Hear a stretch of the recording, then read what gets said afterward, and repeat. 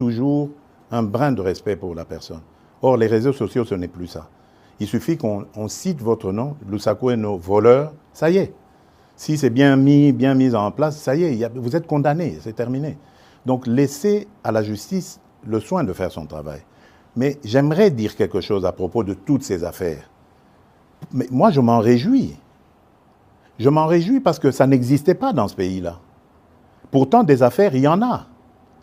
Dans les casseroles, là. Et là, je suis déterminé. Vous avez vu le ministre qui est là, il a cette mission.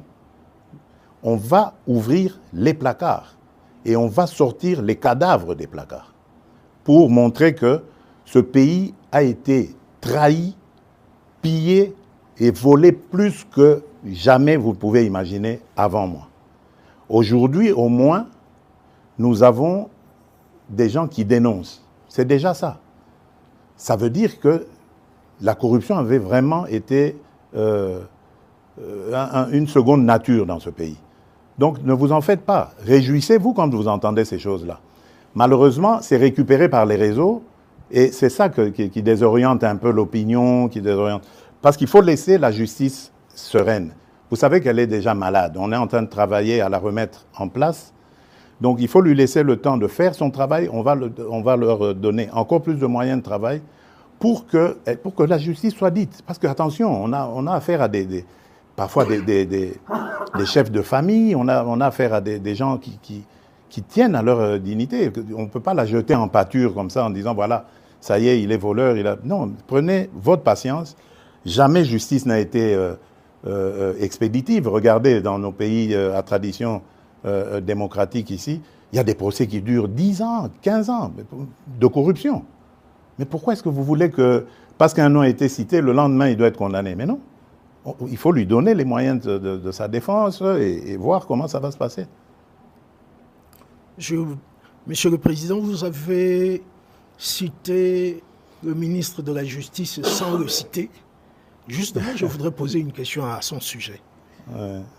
Sa nomination en tant qu'opposant a surpris agréablement beaucoup de gens. Très bien. Est-ce qu'on peut interpréter ça comme une ouverture aux forces de l'opposition? Bien sûr. Est-ce que c'est un jargon que vous passez? Bien sûr. Pour dire que vous voulez rassembler... Bien sûr, c'est une ouverture, bien sûr.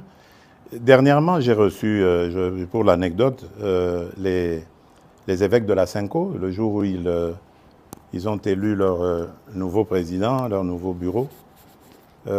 Et dans nos discussions, je ne vais pas les dévoiler ici, mais il y a eu une demande allant dans ce sens. Mais ma réponse était claire. J'ai dit, mais Seigneur, je suis à votre disposition. Je ne demande que ça. Mais dites-moi, comment vais-je m'y prendre? J'ai pris l'exemple que de trois opposants. J'ai commencé par Martin Fayoulou. J'ai dit, mais il n'a jamais reconnu les résultats des dernières élections. Comment est-ce qu'il acceptera ma main tendue? Moïse Katumbi était prêt à faire la même chose. Il avait même fait la même chose, mais grâce, évidemment, à la pression des siens, il a accepté qu'il rentre dans les institutions, mais lui reste borderline. Joseph Kabila, n'en parlons pas. Lui, il a carrément boycotté les élections et prépare une insurrection, parce que l'AFC, c'est lui.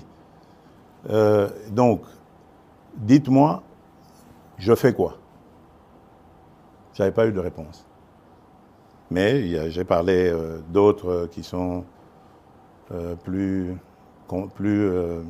conviviaux, plus participatifs. Et je rends ici, par exemple, hommage à quelqu'un comme Adolphe Muzito et même un petit peu le docteur Mukwege aussi, malgré leur position d'opposants, qui font parfois de commentaires objectifs.